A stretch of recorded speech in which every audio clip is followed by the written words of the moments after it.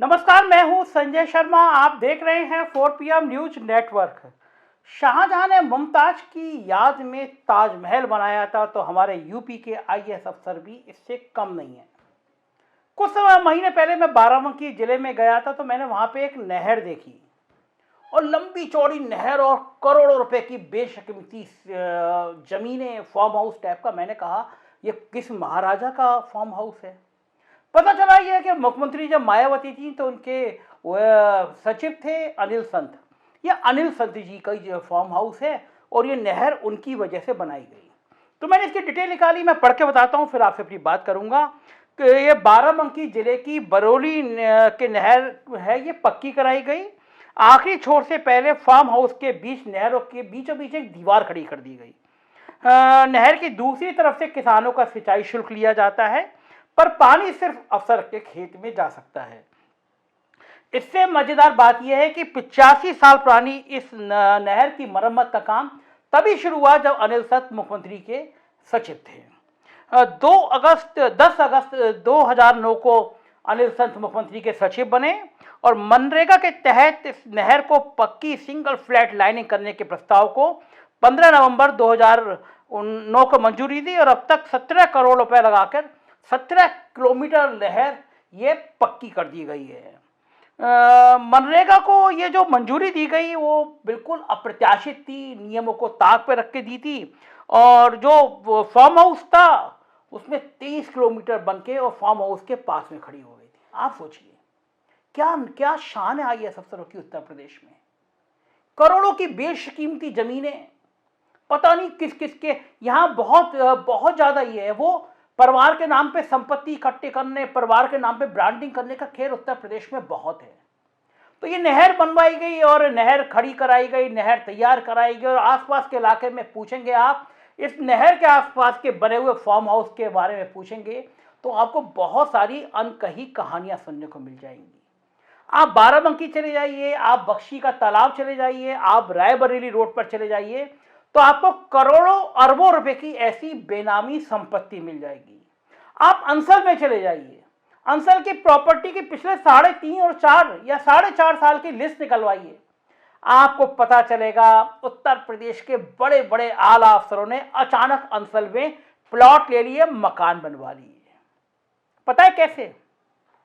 कई अफसरों ने कहा कि मकान अगर 1 लाख का है तो हम चेक 1 लाख का देंगे, बदले में आप हमको 50,000 वापस कर दीजिए। मैंने एक अनुमानित कीमत का आपको अनुमान बताया।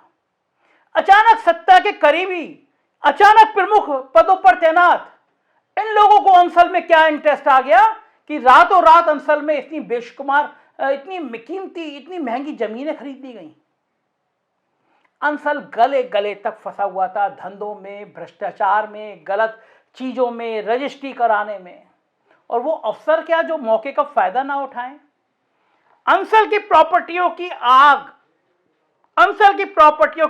की जांच मुख्यमंत्री कार्यालय तक भी पहुंच रही है। पड़ताल में लगा हूं मैं, कुछ अंसल की प्रॉपर्टियों के दस्तावेज मेरे रिपोर्टर देख रहे हैं। मैं बताऊंगा आपसे कि किन किन बड़े साहब ने अंसल में क्या क्या निवेश किया, किसने अंसल के पैसे अपने परिवार में, अपने परिवार के संबंधियों की, विदेशों में रह रही कंपनियों में लगवाए। डाटा बन रहा है। लेकिन आज मैं बात कर रहा था, मैं कुछ महीने पहले बाराबंकी गया तो मैंने सोचा वो जो उस समय मैंने वीडियो तैयार कराया था वो दिखाऊं आपको और आपको समझ में आया कि आपके खून पसीने की मेहनत को उत्तर प्रदेश के ये अफसर किस तरह उड़ा रहे हैं। तो देखिए ये पूरा वीडियो। आनन फानन में ये आसपास की सारी जमीनें खरीदी गई। कलेक्टर साहब डंडा लेकर आए, जमीनें खरीदी गई, खेत बन गया, मगर बड़ी सवाल ये था कि खेतों तक पानी की समस्या आ रही थी। अब मुख्यमंत्री के सचिव हो और खेत में पानी ना आए, ये कैसे संभव है? रातों रात फरमान हुआ कि एक नहर बनाई जाएगी और साहब जिस तरह शाहजहां ने मुमताज के लिए ताजमहल बना दिया, उसी तरह मुख्यमंत्री के एक सचिव ने अपने खेत के लिए ये नहर बना दी। और ये नहर आज भी बता रही है, कहानी बता रही है, ये खेत मंजर बता रहे हैं कि शाहपुर के गांव के लोग जिनसे हम अभी बात करके आए वो परेशान है कि उनकी फसलें नहीं बिक पा रही हैं, डीजल महंगा हो गया। शाहपुर गांव का एक व्यक्ति 2 साल में केवल 3 बार सिलेंडर भरवा पाया क्योंकि पैसे नहीं थे, मगर हजूर हैं कि उनके लिए करोड़ों रुपए की नहर खेत तक आ गई।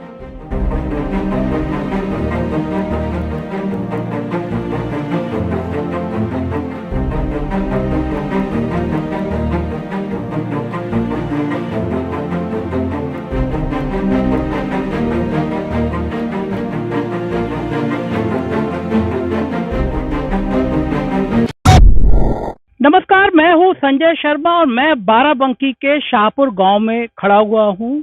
लखनऊ से लगभग 40 किलोमीटर दूर गांव है और मेरे पीछे की नहर आ रही है। सूखी हुई नहर है और मेरे बाएं हाथ पे लगभग 50 या 100 बीघा, एक्यूरेट लोग ग्रामीण नहीं बता पा रहे हैं कि कितनी बड़ी जमीन है, एक बहुत बड़े खेत हैं। अब मैं आपको इस नहर की, इस बनी हुई सड़क की और ये बेशुमार करोड़ों की जमीन की एक कहानी बताता हूँ। उत्तर प्रदेश में सरकार थी मायावती की और उनके सचिव हुआ करते थे अनिल संत। जाने माने अफसर थे, बहुत बड़ा नाम था, बहुत बड़ा झटका था। साहब का दिल आया जमीन पर और ये साहब ने सोचा कि ये जमीन तो हजूर की होनी चाहिए। आनंद फानन में ये आसपास की सारी जमीनें खरीदी गईं। कलेक्टर साहब डंडा लेकर आए, जमीनें खरीदी गईं, खेत बन गया। मगर बड़ी सवाल ये था कि खेतों तक पानी की समस्या आ रही थी। अब मुख्यमंत्री के सचिव हो और खेत में पानी ना आए, ये कैसे संभव है? रातों रात फरमान हुआ कि एक नहर बनाई जाएगी और साहब जिस तरह शाहजहां ने मुमताज के लिए ताजमहल बना दिया, उसी तरह मुख्यमंत्री के एक सचिव ने अपने खेत के लिए यह नहर बना दी। इस नहर की तमाम शिकायतें हुई, विधानसभा में मामला उठा, लेकिन बड़े अफसर तो ऐसे ही होते हैं कि भला उनके शान में गुस्ताखी कौन कर सकता है। पता नहीं किन गुलाबी फाइलों में वो जांच दब गई, मगर ये खेत मौजूद है, ये करोड़ों की जायदाद मौजूद है और ये नहर आज भी बता रही है, कहानी बता रही है। ये खेत मंजर बता रहे हैं कि शाहपुर के गांव के लोग जिनसे हम अभी बात करके आए, वो परेशान है कि उनकी फसलें नहीं बिक पा रही हैं, डीजल महंगा हो गया। शाहपुर गांव का एक व्यक्ति 2 साल में केवल 3 बार सिलेंडर भरवा पाया क्योंकि पैसे नहीं थे, मगर हजूर हैं कि उनके लिए करोड़ों रुपए की नहर खेत तक आ गई। यही है लोकतंत्र इस देश का। किसान मरता है और साहब के लिए रातों रात नहरें बनाई जाती हैं।